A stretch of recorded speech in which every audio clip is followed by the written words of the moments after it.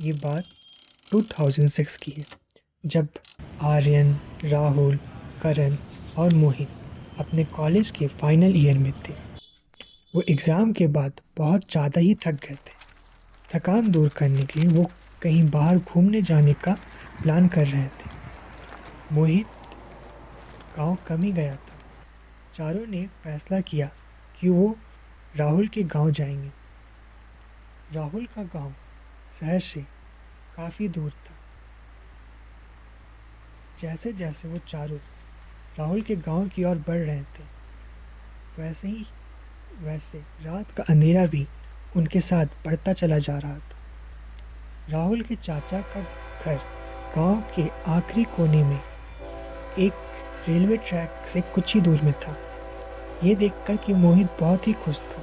राहुल के चाचा ने चारों का स्वागत किया, लेकिन उनके चेहरे में एक अजीब सी उदासी थी। ये उदासी एक फ़ोन कॉल के साथ और भी ज़्यादा बढ़ जाती है।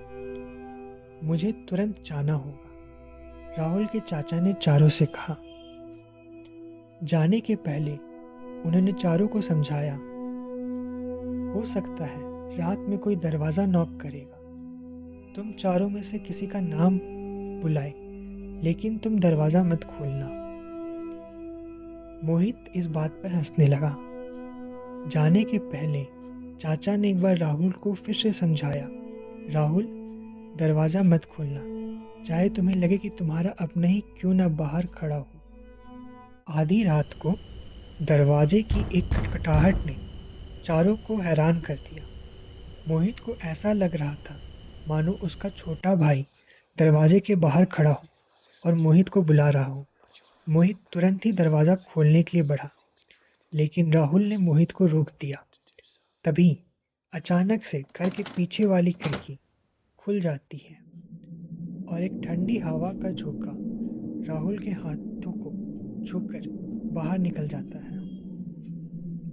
दरवाजे की खटखटाहट अब बढ़ने लगी थी और उन चारों को ऐसा लग रहा था मानो घर की ओर कोई घूम रहा हो।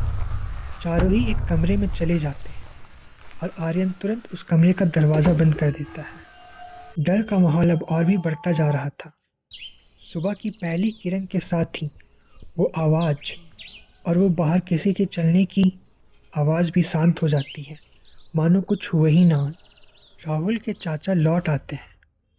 वो चारों की बातें ध्यान से सुनते हैं और उन्हें बताते हैं, ये घर अपनी पुरानी यादों को संभाल कर रखे हुए हैं। सालों पहले इस घर में एक आदमी रहता था जिसकी मौत रेलवे की पटरी में कटने से हो गई थी।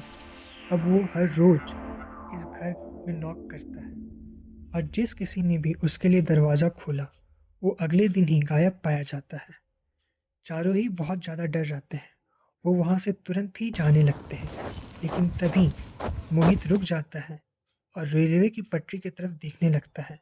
मोहित को ऐसा लग रहा था मानो वहाँ पर मोहित जो उसे अपने पास बुला। ये देखकर कि मोहित बेहोश हो जाता है। तीनों उसे उठाते हैं और अपने साथ ले जाते हैं।